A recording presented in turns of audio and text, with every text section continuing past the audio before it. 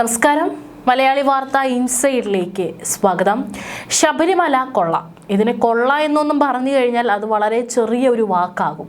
പെരും കൊള്ള തന്നെയാണ് ശബരിമലയിൽ നടന്നിരിക്കുന്നത് എന്നുള്ളത് മലയാളികൾക്ക് കൃത്യമായി ബോധ്യമായിട്ടുണ്ട്. പിണറായി സർക്കാർ ഭരിക്കുന്ന ഈ കൊച്ചു കേരളത്തിൽ മാത്രം ഒതുങ്ങി നിൽക്കുന്നതല്ല ശബരിമലയിൽ സംഭവിച്ചിട്ടുള്ള ഈ പെരും കൊള്ള.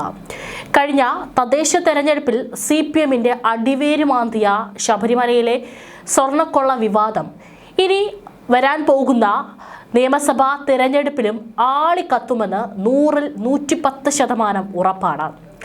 BJPക്ക് അടക്കം രാഷ്ട്രീയമായി ആയുധമാക്കാനുള്ള വഴികൾ ഈ കേസിൽ ഇതിനോടകം ഉണ്ടായിട്ടുണ്ട്. ഇതോടെ കേന്ദ്ര ഏജൻസികൾ കേസ് അന്വേഷിക്കാനും സാധ്യത ഏറിയിരിക്കുകയാണ്. ശബരിമല സ്വർണ്ണക്കൊള്ള കേസിന്റെ അന്വേഷണം ഇനി CBIയെ ഏൽപ്പിക്കണമെന്ന് കേന്ദ്ര ഇന്റലിജൻസ് ബ്യൂറോ തന്നെയാണ് ഇപ്പോൾ വ്യക്തമാക്കിയിരിക്കുന്നത്. അതായത് IB. CBI കൂടി വരുന്നതോടെ ഇതിന്റെ അന്വേഷണം മറ്റൊരു തലത്തിലേക്ക് പോകുമെന്നുള്ള കാര്യത്തിൽ യാതൊരു സംശയവും വേണ്ട. കേസിന് വിദേശ ബന്ധമുള്ളതിനാൽ യഥാർത്ഥ വസ്തുതകൾ പുറത്തു വരണമെങ്കിൽ ദേശീയ ഏജൻസിയുടെ അന്വേഷണം വേണമെന്നാണ് IB ശുപാർശ ചെയ്തിരിക്കുന്നത്. കേസിന് അന്തർസംസ്ഥാനവും അന്തർദേശീയവുമായ ബന്ധമുള്ളതിനാൽ യഥാർത്ഥ വസ്തുത പുറത്തു വരണമെങ്കിൽ CBI അന്വേഷണം വേണമെന്നാണ് IBയുടെ ശുപാർശ.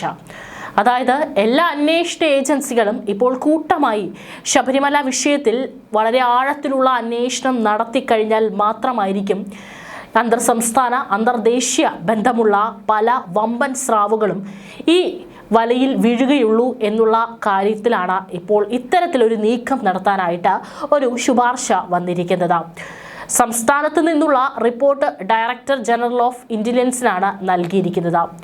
CBI അന്വേഷണം എത്തിയാൽ അത് തീർച്ചയായിട്ടും CPMനാകും രാഷ്ട്രീയമായി തിരിച്ചടിയാകുക എന്നുള്ള കാര്യത്തിൽ സംശയമില്ല. റിപ്പോർട്ടർ ഡയറക്ടർ ജനറൽ ഓഫ് ഇന്റലിജൻസിനാണ് ഇത് സംബന്ധിച്ച റിപ്പോർട്ട് നൽകിയിരിക്കുന്നത്. കള്ളപ്പണ ഇടപാടുമായി ബന്ധപ്പെട്ട കാര്യങ്ങൾ ED അന്വേഷിക്കണമെന്നും IB ആവശ്യപ്പെട്ടിട്ടുണ്ട്. നിലവിൽ ഹൈക്കോടതിയുടെ മേൽനോട്ടത്തിലാണ് SIT അന്വേഷണം പുരോഗമിക്കുന്നത്. അതിനാൽ IBയുടെ ശുപാർശ സംസ്ഥാന പോലീസ് മേധാവി ഹൈക്കോടതിക്ക് കൈമാറും. ശബരിമല സ്വർണ്ണക്കൊള്ളയുടെ അന്തർദേശീയ ബന്ധമുണ്ടോ എന്ന ഹൈക്കോടതിയുടെ സംശയത്തിന്മേലാണ് IB പ്രാഥമിക വിവരശേഖരണം നടത്തിയിരിക്കുന്നത്. ശബരിമല കേസിലെ അന്താരാഷ്ട്ര മാനങ്ങളെക്കുറിച്ച് ഹൈക്കോടതി പ്രകടിപ്പിച്ച ആശങ്കയുടെ അടിസ്ഥാനത്തിലാണ് IB പ്രാഥമിക വിവരശേഖരണത്തിന് തയ്യാറായത്. ദേവസ്വം ബോർഡ് ഭാരവാഹികളിലേക്ക് അന്വേഷണം നീങ്ങുന്നുവെന്ന് വന്നപ്പോഴാണ് കേസ് അന്വേഷണത്തിന്റെ ഫയലുകൾ വേണമെന്ന ആവശ്യവുമായി ED ആദ്യം റാന്നി കോടതിയെ സമീപിച്ചത്. എന്നാൽ അവ നൽകേണ്ട എന്നായിരുന്നു റാന്നി കോടതിയുടെ ഉത്തരവ്. തുടർന്ന് ED ഹൈക്കോടതിയിൽ അപേക്ഷ നൽകി. കൊല്ലം വിജിലൻസ് കോടതിയെ സമീപിക്കാനായിരുന്നു ഹൈക്കോടതിയുടെ ഉത്തരവ്. ദേവസ്വം ബോർഡ് ഭാരവാഹികളിലേക്ക് അന്വേഷണം നീങ്ങുന്നുവെന്ന് വന്നപ്പോഴാണ് കേസ് അന്വേഷണത്തിന്റെ ഫയലുകൾ വേണമെന്ന ആവശ്യവുമായി ED ആദ്യം റാന്നി കോടതിയെ സമീപിച്ചത്. എന്നാൽ അവ നൽകേണ്ട എന്നായിരുന്നു റാന്നി കോടതിയുടെ ഉത്തരവ്. തുടർന്ന് ED ഹൈക്കോടതിയിൽ അപേക്ഷ നൽകി. കൊല്ലം വിജിലൻസ് കോടതിയെ സമീപിക്കാനായിരുന്നു ഹൈക്കോടതിയുടെ ഉത്തരവ്. ഇതിന്റെ അടിസ്ഥാനത്തിൽ വിജിലൻസ് കോടതിയിൽ ഹർജി നൽകിയ ED കേസ് വിവരം കൈമാറണമെന്നുള്ള ഉത്തരവ് സമ്പാദിച്ചിട്ടുണ്ട്. ഫയലുകൾ കിട്ടിയ ശേഷം സ്വർണ്ണക്കൊള്ള കേസിലെ സാമ്പത്തിക ഇടപാടുകളുമായി ബന്ധപ്പെട്ട് ED കേസ് രജിസ്റ്റർ ചെയ്യും. അതിനിടെ ശബരിമലയിലെ സ്വർണ്ണക്കൊള്ളയുടെ വ്യാപ്തി വലുതെന്ന് പ്രത്യേക അന്വേഷണ സംഘത്തിന് ഓരോ ദിവസം കഴിയും തോറും മനസ്സിലാവുകയാണ്. കൊല്ലം വിജിലൻസ് കോടതിയിൽ നൽകിയ റിപ്പോർട്ടിലാണ് ഇക്കാര്യം പറയുന്നത്. 1-ാം പ്രതി ഉണ്ണികൃഷ്ണൻ പോറ്റി, 9-ാം പ്രതി ചെന്നൈ സ്മാർട്ട് ക്രിയേഷൻസ് ഉടമ പങ്കജ് ഭണ്ഡാരി, 10-ാം പ്രതി ബെള്ളാരിയിലെ ജ്വല്ലറി ഉടമ ഗോവർദ്ധൻ എന്നിവരെ ഒന്നിച്ചിരുത്തി ചോദ്യം ചെയ്യാനായി കസ്റ്റഡിയിൽ ആവശ്യപ്പെട്ടുകൊണ്ട് നൽകിയ റിപ്പോർട്ടിലാണ് ഇത് സംബന്ധിച്ച വിശദ വിവരം നൽകിയിരിക്കുന്നത്. ക്ഷേത്ര ശ്രീകോവിലിന്റെ കട്ടിളയുടെ മൊത്തം 7 പാളികളിലെ സ്വർണമാണ് കവർന്നത്. കട്ടിളയ്ക്ക് മുകളിലെ പ്രഭാമണ്ഡലത്തിലെ സ്വർണവും കൊള്ളയടിച്ചു. കട്ടിള പാളികൾക്ക് മുകളിലുള്ള ശിവരൂപം, വ്യാളി രൂപം എന്നിവയിൽ പൊതിഞ്ഞ സ്വർണവും നഷ്ടപ്പെട്ടു. ഇത് ചെന്നൈയിലെ സ്മാർട്ട് ക്രിയേഷനിൽ എത്തിച്ചാണ് വേർതിരിച്ചത്. പ്രതികൾ ഹാജരാക്കിയ സ്വർണത്തേക്കാൾ കൂടുതൽ സ്വർണം കണ്ടെത്താനുണ്ടെന്നും അതിനായി അന്വേഷണം തുടരുകയാണെന്നും റിപ്പോർട്ടിൽ പറയുന്നു. ശബരിമല ശ്രീകോവിലിൽ വാതിൽ കട്ടിളയിൽ ഘടിപ്പിച്ചിരിക്കുന്ന ദശാവതാരങ്ങൾ ആലേഖനം ചെയ്തിരിക്കുന്ന 2 ചെമ്പ് പാളികളിൽ നിന്നാണ് സ്വർണം നഷ്ടമായിരിക്കുന്നത്. കൂടാതെ കട്ടിളയുടെ മുകൾ പടി ചെമ്പ് പാളിയിൽ രാശി ചിഹ്നം ആലേഖനം ചെയ്തിരിക്കുന്ന 2 ചെമ്പ് പാളികളിൽ നിന്ന് കട്ടിളയ്ക്ക് മുകളിൽ പതിപ്പിച്ചിട്ടുള്ള പ്രഭാമണ്ഡല പാളിയിൽ നിന്നും സ്വർണം പോയി. ശ്രീകോവിലിലെ ദ്വാരപാലക ശില്പപാളികളിലും അതിന് തെക്കും വടക്കും മൂലകളിലുമുള്ള പില്ലർ പാളികളിലും ഉണ്ടായിരുന്ന സ്വർണവും നഷ്ടമായി. അതേസമയം സ്മാർട്ട് ക്രിയേഷൻസ് ഉടമ പങ്കജ് ഭണ്ഡാരി ഹാജരാക്കിയത് 109.243 ഗ്രാം സ്വർണമാണ്. ബെള്ളാരിയിലെ ജ്വല്ലറി ഉടമ ഗോവർദ്ധൻ ഹാജരാക്കിയത് 474.960 ഗ്രാമും. ഇവ മോഷ്ടിക്കപ്പെട്ട സ്വർണമെന്ന് കണ്ടെത്താൻ അന്വേഷണ സംഘത്തിന് സാധിച്ചിട്ടില്ല. അതുകൊണ്ട് തന്നെ തൊണ്ടി മുതൽ ഇല്ലാത്തതാണ് ഈ കേസിലെ പ്രധാന ന്യൂനതയും. ശബരിമല സ്വർണ്ണക്കൊള്ളയിൽ ഉന്നതരിലേക്ക് അന്വേഷണം നീങ്ങുമ്പോഴും പ്രാഥമികമായി ഉത്തരം കിട്ടേണ്ട ചോദ്യങ്ങൾ നിരവധി ബാക്കിയാണ്. എത്രത്തോളം സ്വർണം അപഹരിക്കപ്പെട്ടു? കണ്ടുകിട്ടിയ സ്വർണം ശബരിമലയിലേത് തന്നെയാണോ? ആരാണ് കൊണ്ടുപോയത്? തുടങ്ങിയ കാര്യങ്ങളിലൊന്നും വ്യക്തത വന്നിട്ടില്ല. ഇക്കാര്യങ്ങളാണ് ഈ കേസിന്റെ ഭാവിയിലെ നിലനിൽപ്പിൽ അടക്കം നിർണായകമാവുക. ഇതൊരു ആസൂത്രിത കൊള്ളയാണെന്നും കുറ്റകരമായ ഗൂഢാലോചന നടന്നിട്ടുണ്ടെന്നും പ്രത്യേക അന്വേഷണ സംഘം കൊല്ലം വിജിലൻസ് കോടതിയിൽ നൽകിയ റിപ്പോർട്ടിൽ വ്യക്തമാക്കുന്നുണ്ട്. അതേസമയം അതിലേക്ക് വിരൽ ചൂണ്ടുന്ന കൃത്യമായ തെളിവുകൾ ഇല്ല എന്നതാണ് പ്രശ്നം. ശബരിമല സന്നിധാനത്ത് നിന്ന് ഉണ്ണികൃഷ്ണൻ പോറ്റിയും സംഘവും കടത്തിയ 2 കിലോയോളം സ്വർണത്തിൽ 1.5 കിലോ സ്വർണം പോയ വഴിയറിയാതെ പ്രത്യേക അന്വേഷണ സംഘമാണ് ഇപ്പോൾ കുഴയുന്നത്. ഈഞ്ചക്കലിലെ ഓഫീസിലും ക്രൈംബ്രാഞ്ച് ആസ്ഥാനത്തും പോറ്റിയെയും സ്വർണം വേർതിരിച്ചെടുത്ത സ്മാർട്ട് ക്രിയേഷൻ CEO പങ്കജ് ഭണ്ഡാരിയെയും ബെല്ലാരി ജ്വല്ലറി ഉടമ ഗോവർദ്ധനെയും മാറി മാറിയും ഒപ്പമിരുത്തിയും മണിക്കൂറുകൾ ചോദ്യം ചെയ്തെങ്കിലും കൂടുതൽ വിവരങ്ങൾ അന്വേഷണ സംഘത്തിന് ലഭിച്ചിട്ടില്ല.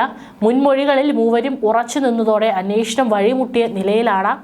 ദ്വാരപാലക ശില്പത്തിൽ നിന്ന് വേർതിരിച്ചെടുത്ത സ്വർണത്തിലെ ഒരു ഭാഗം 14 ലക്ഷം രൂപയ്ക്ക് ഗോവർദ്ധന് നൽകിയത് പോലെ ഇതര സംസ്ഥാനക്കാരായ മറ്റു പല സമ്പന്നർക്കും വിറ്റതായാണ് അന്വേഷണ സംഘത്തിന്റെ കണ്ടെത്തൽ. ഇവരെക്കുറിച്ച് വെളിപ്പെടുത്താൻ പോറ്റി തയ്യാറാകുന്നില്ല എന്നതാണ് അന്വേഷണ സംഘത്തെ കുഴയ്ക്കുന്നത്. പാളികളിൽ നിന്ന് ലഭിച്ച സ്വർണം ഭണ്ഡാരിക്കും ഗോവർദ്ധനും മാത്രമാണ് നൽകിയതെന്നും ഭണ്ഡാരിക്ക് നൽകിയത് പാളികളിൽ സ്വർണം പൂശിയതിനുള്ള കൂലിയാണെന്നും ഗോവർദ്ധന് നൽകിയ സ്വർണത്തിനുള്ള തുക പണമായും 10 പവന്റെ ആഭരണമായും ദേവസ്വം ബോർഡിന് തിരിച്ചു നൽകിയെന്നുമാണ് പോറ്റി ആവർത്തിക്കുന്നത്. എന്നാൽ ഈ മൊഴി അന്വേഷണ സംഘം വിശ്വാസത്തിൽ എടുത്തിട്ടില്ല. ഏകദേശം 2000 ഗ്രാം സ്വർണം കവർന്നെന്നാണ് അന്വേഷണ സംഘത്തിന്റെ പ്രാഥമിക കണ്ടെത്തൽ.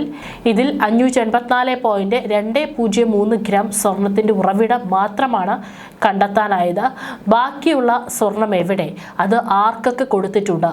എത്ര ആളുകളിലേക്കാണ് ഇത് എത്തിയിട്ടുള്ളത് എന്നുള്ളതൊക്കെ തന്നെ ഇനി അന്വേഷണ സംഘത്തിന്റെ മുന്നിൽ കണ്ടുപിടിക്കാനുള്ള വളരെ വലിയ നിർണായകമായിട്ടുള്ള കാര്യങ്ങളാണ്. മോഷ്ടിച്ച സ്വർണം എത്രയാണെന്ന് പോറ്റിയും കൂട്ടരും വെളിപ്പെടുത്താത്ത സാഹചര്യത്തിൽ സന്നിധാനത്ത് നിന്ന് എത്ര സ്വർണം നഷ്ടമായി എന്നത് ശാസ്ത്രീയ പരിശോധനയിലൂടെ കണ്ടെത്താൻ വിക്രം സാരാഭായ് സ്പേസ് സെന്ററിന്റെ സഹായം ക്രൈംബ്രാഞ്ച് മേധാവിയും പ്രത്യേക അന്വേഷണ സംഘത്തിന്റെ തലവനുമായ H. വെങ്കിടേഷ് തേടിയിട്ടുണ്ട്.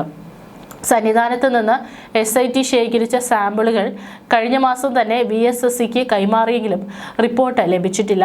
സ്വർണം പതിപ്പിച്ച പാളികൾ മാറ്റി പകരം പോറ്റിയും കൂട്ടരും സ്വർണം പൂശിയ ചെമ്പുപാളികൾ തിരികെ എത്തിച്ചതിനാൽ സാമ്പിളുകളിൽ നിന്ന് കൃത്യമായ കണക്ക് കണ്ടെത്തുക പ്രയാസകരമായ കാര്യമാണ്.